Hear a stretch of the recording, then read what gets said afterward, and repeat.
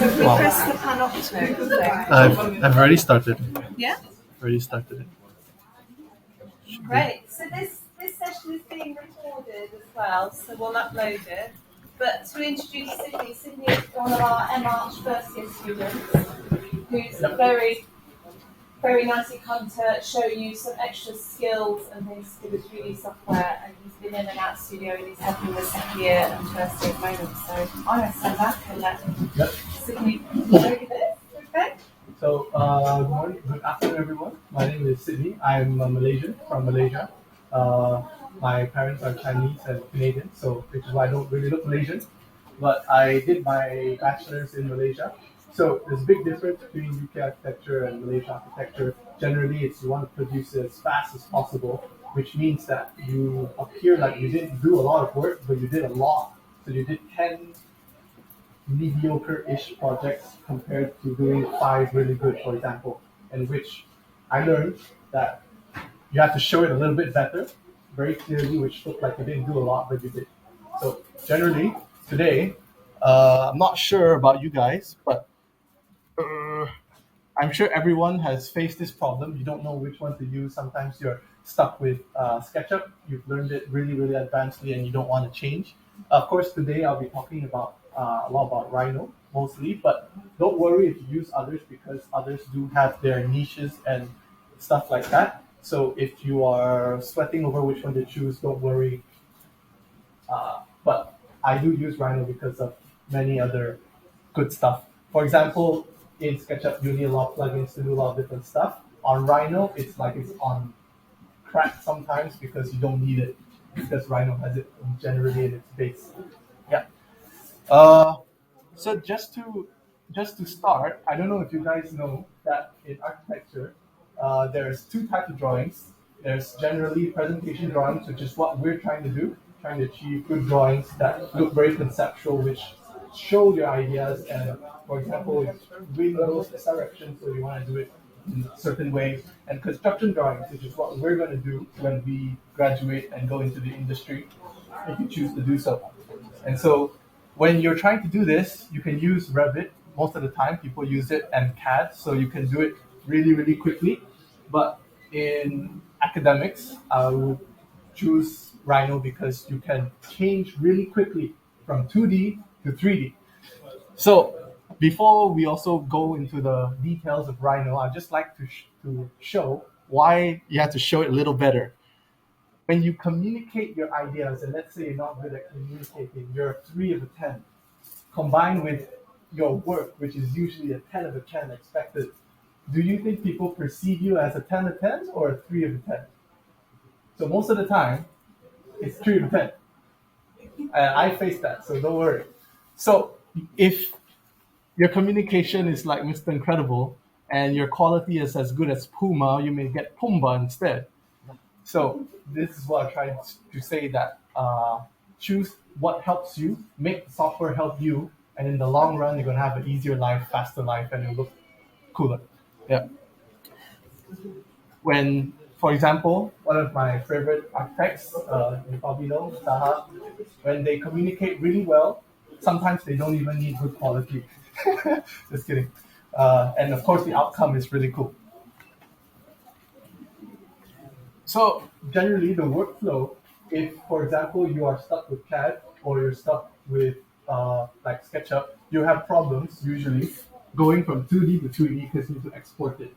So this is solved for me by using Rhino, because Rhino allows you to use CAD and 3D and combine it to become a mass, which will be your walls, your buildings, and whatever conceptual, and followed by your rendering mechanism. So this is usually the workflow that, since it's a sharing session, this is usually the workflow that I would have to go through. Just a disclaimer, limitations. So let's say you have a sketch and you want to implement it into a 3D. Usually, you're limited by what commands you know on AutoCAD. I don't know if you can relate to that, but that's definitely me. What you know is not what you actually want. You could sketch something super beautiful, paint it, but you can't achieve it because of the commands you don't know. So by doing something really specific, that's the way you should learn. So I encourage people to do that. Go on YouTube or Google or something like that. I'll give an example. This is one of my latest projects. For the last crit, I got a sketch. I did a sketch, which is what you saw just now. On on Rhino, sorry, you're allowed to do computer-aided design using line drawings and polylines, which is what I did, highlighted in red. I changed it into a 3D, which looks like that. And finally, when you want to make it really cool on render, so capture elements which you want to show your lectures and clients, you put it onto a rendering program, which I use Lumion and Photoshop for post-rendering, it's called. So as a visualizer, if you like to choose, you try and capture emotions and stuff. And this is probably not the best example, but when you are putting it onto a nice contour, then you get a feel of the project, which is what pushes your projects further up the grading system. Yeah. So when we go into, particularly with Rhino, to try and show it better, the general this if actually who knows Rhino already? Just a show of hands. It's quite a good amount. So if you know it already, then just a reminder. So if you're above what I'm going to show, then don't worry. No, you guys are really good. Yeah. AutoCAD has a UI that's dark system, and Rhino has one that's white. Generally, what the difference they work in is NURBS, NURBS. What this achieves is more sensitive reactions. So what you're able to do is you're able to change. For example, you see 3 NURBS, 1, 2, and 3, with a viewport of perspective, top, front, and right, which is changeable. On AutoCAD, you have line. Next. Yeah. Okay. Generally, the workflow or the progression is you're going from lines, CAD, surfaces, somewhat 3D, and polysurfaces 3D. You'll also be able to use meshes sub-D, and later on you'll be able to import Python scripts and Grasshopper scripting as well. I would say I'm not that expert, so I am not so good at these two Grasshopper. But generally, learning Rhino will give you a very good standard by which you show it slightly better, which is the aim that we all want to achieve. So, this is an example. So we have here 4 lines that I drew, a sketch, if you will, and I changed it into a single slice, which you call a surface. This surface, you're able to mold it with the NURBS that I talked about, NURBS, by pressing F10 command, if you didn't know. And this will allow you to merge it and to warp it any which way you like. I did not do that for this example. What I did was I extruded it. So all these terms you'll be able to learn as you go along. I extruded it and became a polysurface. So in case you did know these progressions, this is the unique selling point of Rhino, because you'll be able to do your construction drawings, which is a bit more difficult than CAD and Revit, but you're able to do it lines, surface, and polysurface. And along the way, you'll learn, if you were to do this, you'll be able to learn all these in like grade. So you're able to learn Dumble, line weights, E-planes, control shift, layering, sweep, trim, scale 1. And in case you know or you don't know it already, you'll be able to learn it.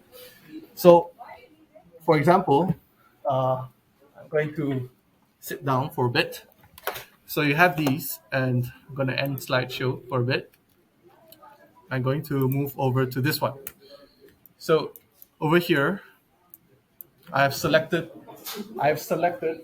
a curve, which is also known as a line, and you can see 1, 2, 3, 4 NURBS.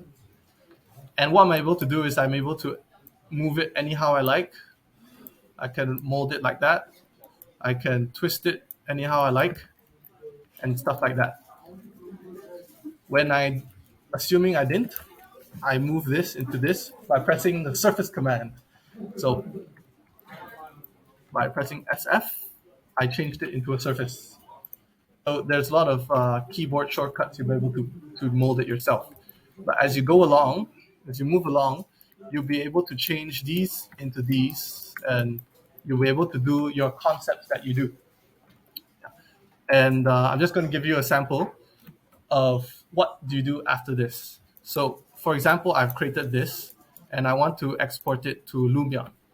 There are plugins, for example, the Lumion to the Rhino to Lumion plugin. So I have changed it to, I have put it into Lumion. I'm just going to show it a little bit.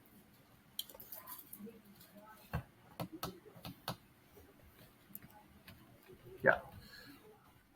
So I'm just going to go over here, show it a bit. Yeah.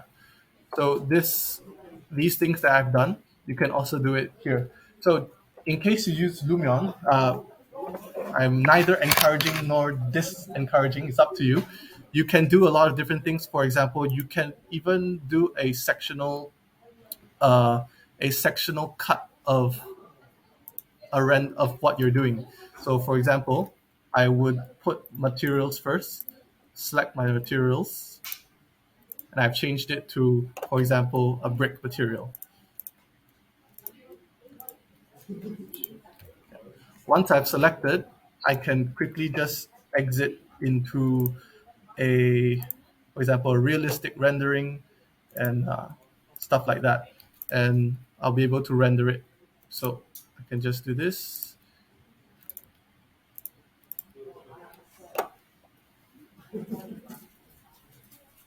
And it will just export to a photo. So, and then from here, you'll be able to go to, I'll just stop it for a moment. Yeah, never mind, just let it play. Yeah, I'll just continue this image, which is exported by your rendering program. And there's many. So there's V-Ray, there's Lumion, there's Enscape, and you go to post-production. So, for example, this is one of my projects as well. In post-production, I took a photo of my manual model. I added people inside, and I've added these watermarks to show. I've added some shadows as well. So these are all shadows. For example, if I'm deleting them. Yeah. So these are the general workflows, but yeah. So this is something that you can do as well.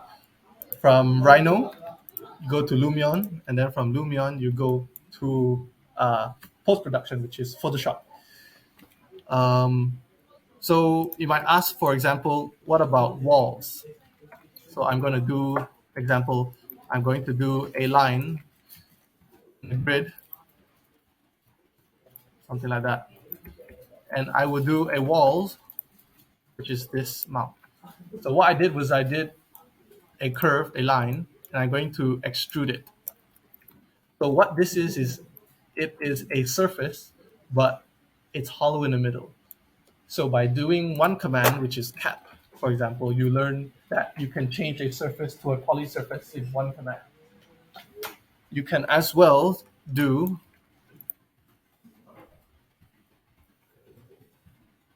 if you like curvy designs, you can calculate like for concept design. What you can do is you can just draw 3 curves and you press a command, for example, it's loft, and you have this really elegant shape straight away. So to have a better example, this is what I did for my project. What I did was I got my sketch onto Rhino here. I did the line drawings, which you can see by the purple and the red and the black. And from there, I did my surface. Yeah. So this repetition from line to surface to poly surface is how you use Rhino. Simply put, Subd and Mesh, you can do it a bit later, but generally, this is how Rhino is kind of used. Yeah. Yeah. So it's very short sharing, but if you would like me to show you anything, any specific commands, you can tell me at the moment, and I'll show something else as well. Yeah. So, yeah. Ricky. What was the one where you filled in the void? Okay. What Yeah. was the command? Yeah. So, for example, I'll be drawing a box. Let me change my. Okay. So we have a sketch. So this is a polyline. This is a polyline that's closed, a closed polyline, a closed curve. And I would have to put, it depends what you want to do first, sorry. If you want to cover it up first, you press surface command. If you want to extrude it to a shape first, for example, something like that, you press cap. So there's a few workflows in which you can do whichever is quickest. So I'll also do, for example, something like this. There's a uh, sweep command, which will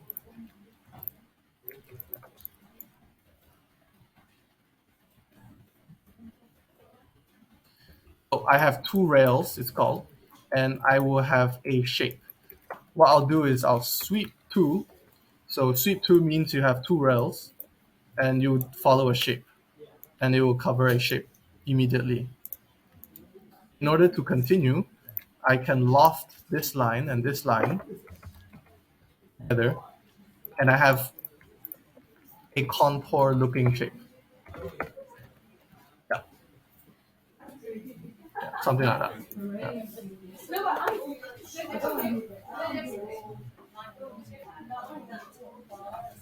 Yeah.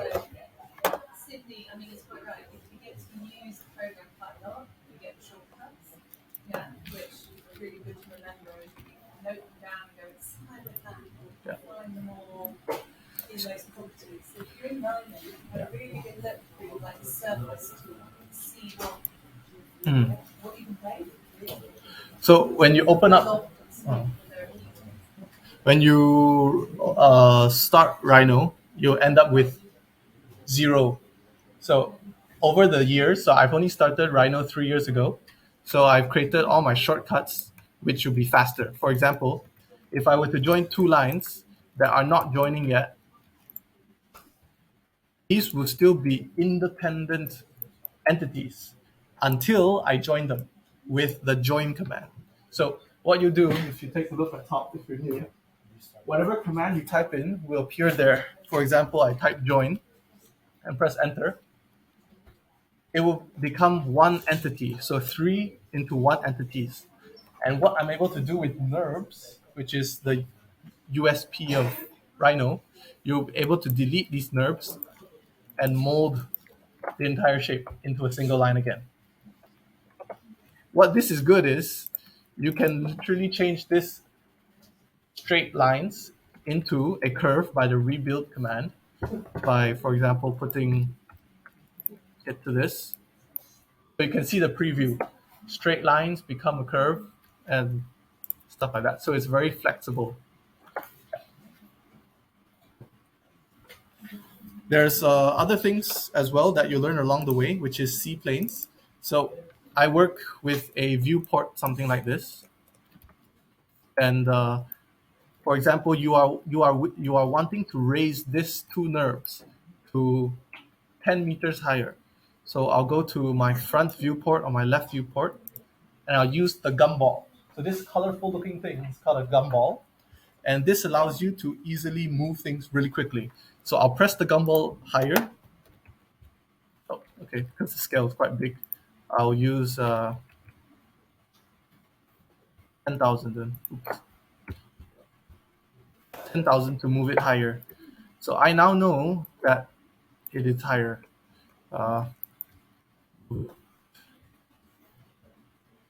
Higher, yeah. So I'll be able to move it higher and do it through different things. And so the surface command is a bit unique. It works for planar items. For example, if I draw a rectangle here on the top right, it's planar, which means that if I isolate this alone real quick and I look at the front, it's all in one line. So I don't know if you experienced this in SketchUp. Well, I did when I used it. there will be 1 centimeter higher. One point will be 1 centimeter higher, and then the face will break. Similarly, it will not work as a surface if it's not planar, which is what I mean by everything's on the same construction line. But assuming that it isn't, you can use the patch command. So that is what the patch command is for.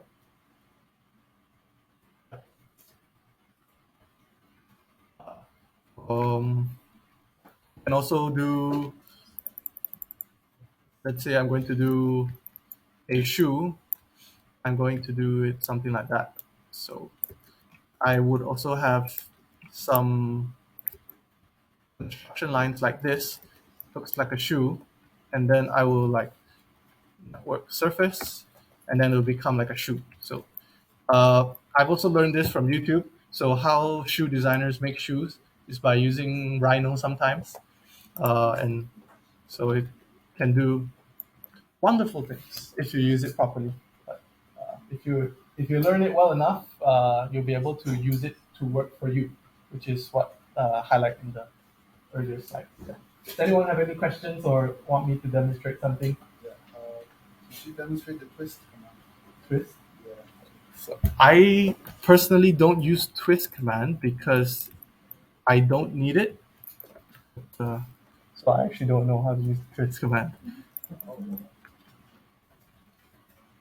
Is it surface or is it line? So it's something I don't know. Surface. Surface. Okay.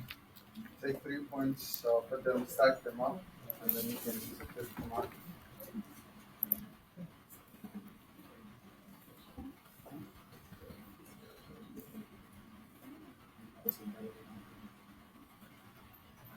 Okay.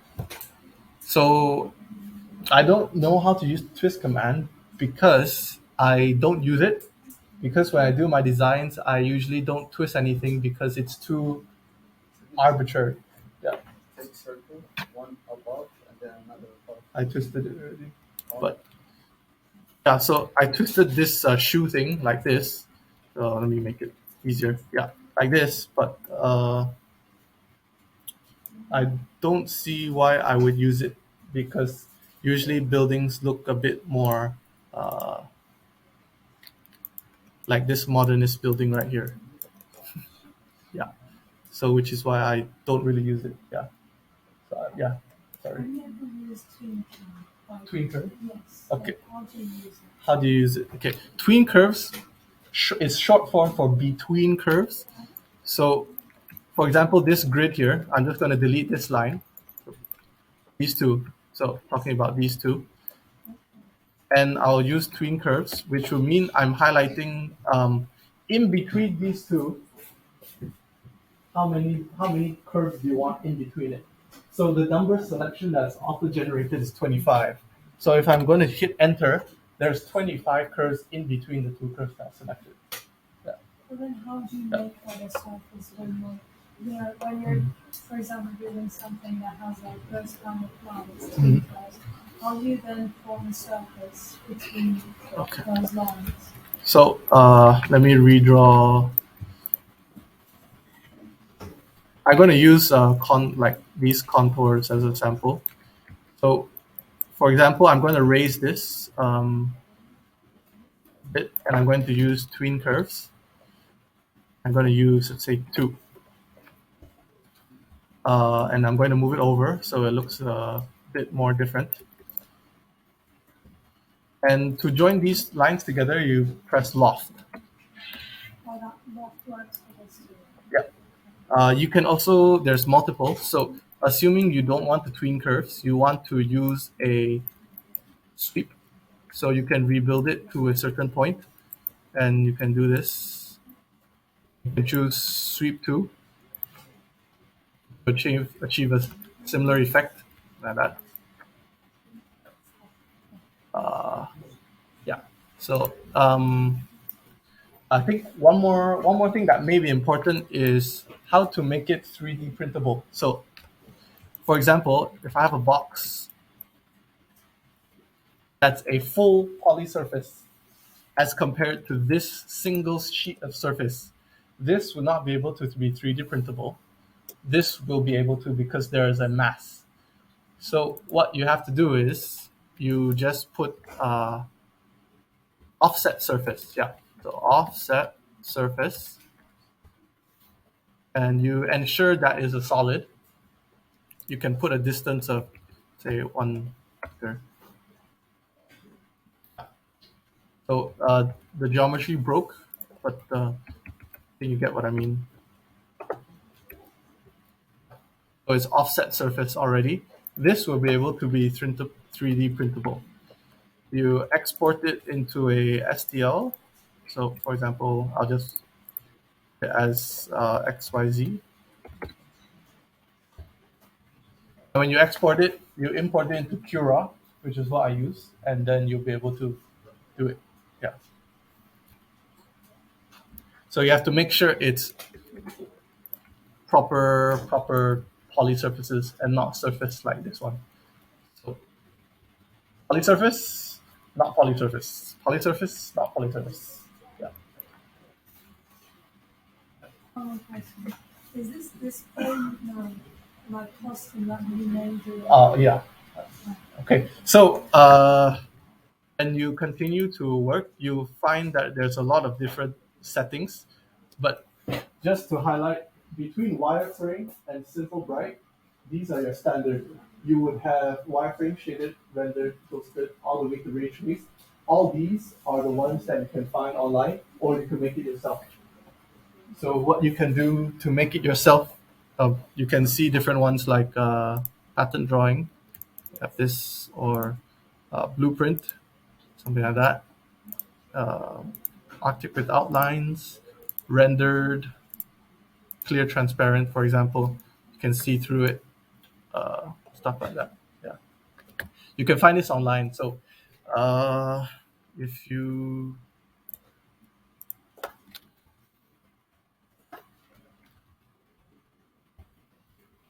there's this place for, if you're looking for plugins and stuff like that, you go to Food for Rhino.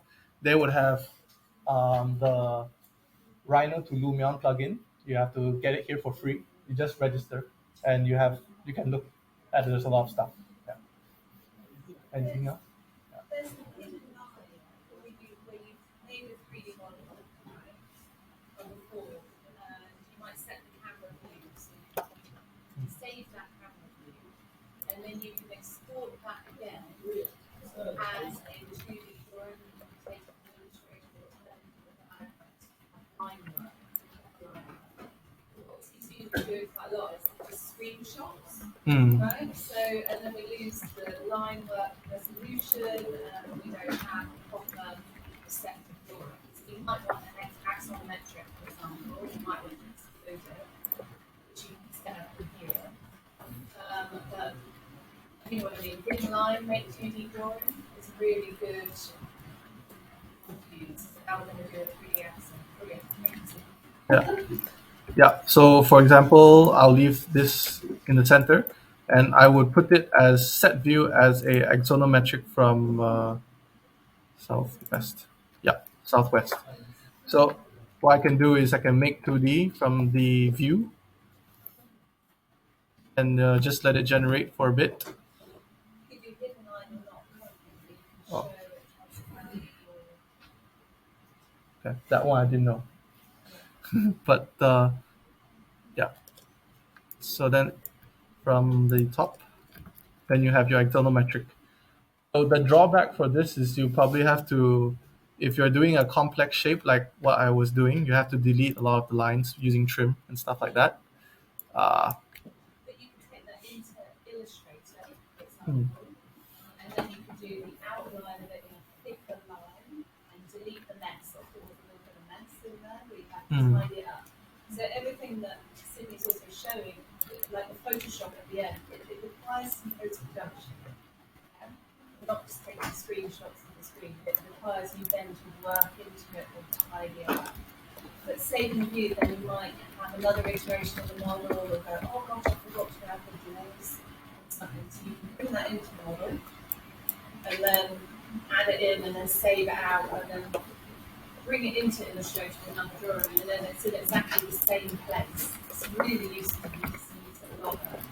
1 hour to do, which is like diagrams of buildings, axos, quick, concept diagrams as well, where you're just extruding something and going, oh, there's a landscape lifted in that corner, here's an arrow going in, I can't quite show that with a model or something. It's quite good, isn't it? Yeah. So I'm exporting the file. So you put view capture to. There's two. To clipboard just means copy. To file means you would come up with this pop-up. And in order to make it clearer, you type your scale. The bigger the scale, the clearer it is. But you lose the line work, as Lucy said. So if you would like to create the outlines, for example, I'll just come to.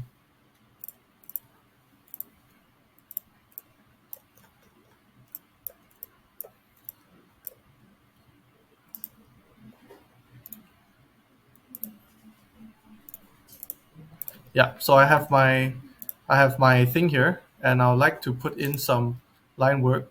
What I usually do is I put what's it called? Not outer glow is possible. I put what it called? I forgot. So is that exported as a JPEG? Yeah, a PNG. Yeah. So if you do it as an EPS, it'll take it to Illustrator. Oh, yeah. I don't use Illustrator, so I don't know about. Yeah, another one. I'll do a demo on that one. Mhm. Oh yeah, I use stroke.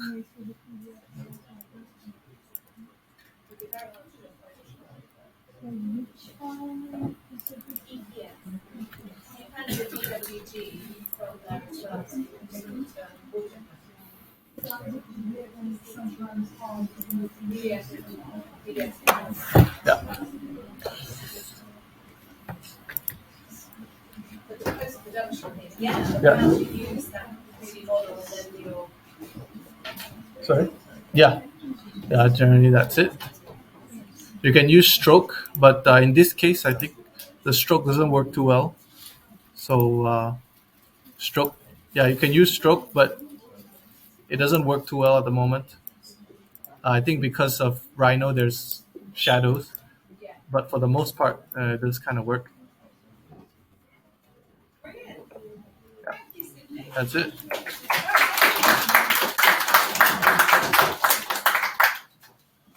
Thank you.